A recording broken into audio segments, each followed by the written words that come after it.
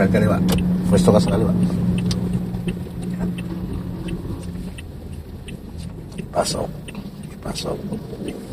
Sa kanan. Slow down. Huwag lang tingin. Yan. Stay ka lang dyan sa inner lane. Oh. Hindi, tama lang yan, second gear. Lagay mo second gear. Bitawan mo lang si clutch. Basta pagkaganyan, kaya yan si second gear. Pag pinasukan mo kasi ng first gear yan, pag bitaw mo ng clutch, kakanyo lang sa sakyan mo. Dahil gumugulong lang kasi siya eh. Kaya kaya na yun ng i-manage si second gear, basta magagas ka lang.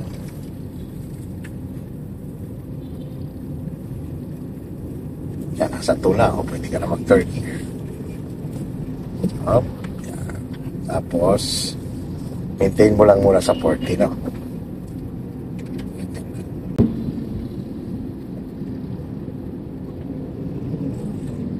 Diba, pagka ganyan na, no? Bitaw, alisin mo pa mo kay clutch. Alisin mo.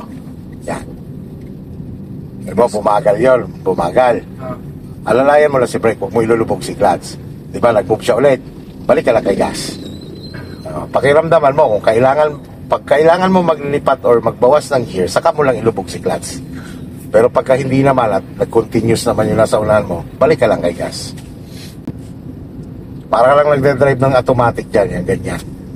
So pakikiramdaman mo lang kung kailangan magbawas, doon palang gagamitin si clutch. Bawas or magdagdag. Hindi naman yan agad-agad mamamatay ang makina. Katulad yan, di ba? Nag-minor, alalay ka muna ng brake. Wala mo na si clutch, alalay mo lang. Yan. Kung kailangan mo magbawas, saka mo lubog ngayon si clutch. Yan. First gear na siya. Yan. Gas na ulit. Yan. Konting gas lang, oh. Second gear. Yan. Suli ka pang mga side mirror kung pasok ka pa. Up, slow down, up, slow down. Pagka ganyan, pagbibigyan mo na ha. Kasi pasok na siya ng gano'n. Okay lang yun, normal lang yan, baguhan ka pa lang eh. Pasensya na siya. Ang ganyan o. Pag pre-feeling ka na. Lagay mo na sa neutral, huwag ka magpo-full brake mo na. Yan. Sa brake ka na lang na mamanage niya hanggang lumapit ka doon. Huwag ka masyadong tumigil. Okay, 10 seconds. Prepare. Okay, go.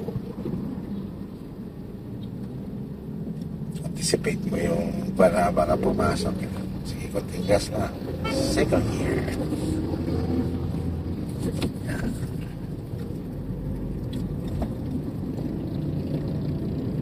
Zero knowledge. Nandito lang nagdadrive sa highway. Second day ng PDC ni Rap. Stay ka lang dyan. Sundan mo lang yung truck na yan. Hindi pa tayo fit para maglipat-lipat ng linya. So nasa 40 na. Lagay mo na sa 30. Kontrolin mo lang siya na huwag kang didikit doon.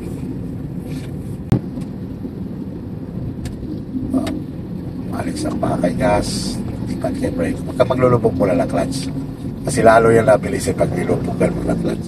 O balik ka lang unti-unti sa gas. Yan.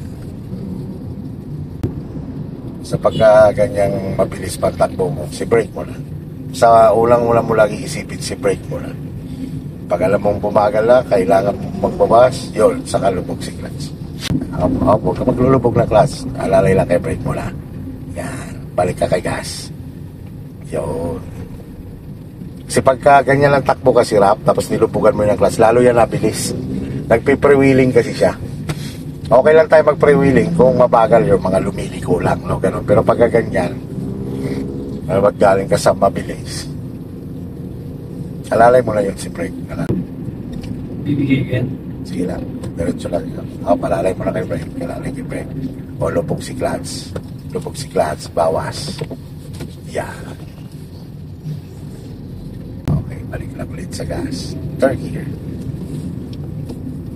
Yan. Ay, naka-stop pa tayo. Malayo pa lang. Bitaw ka lang sa gas. Lagay mo sa neutral. Oh, huwag ka muna mag-alalay lang. Lagay mo sa neutral. Okay, yan. Kukontrolin mo na lang ang paglapit mo doon sa kanya sa pamamagitan ng brake. Kasi gumugulong naman siya, di ba?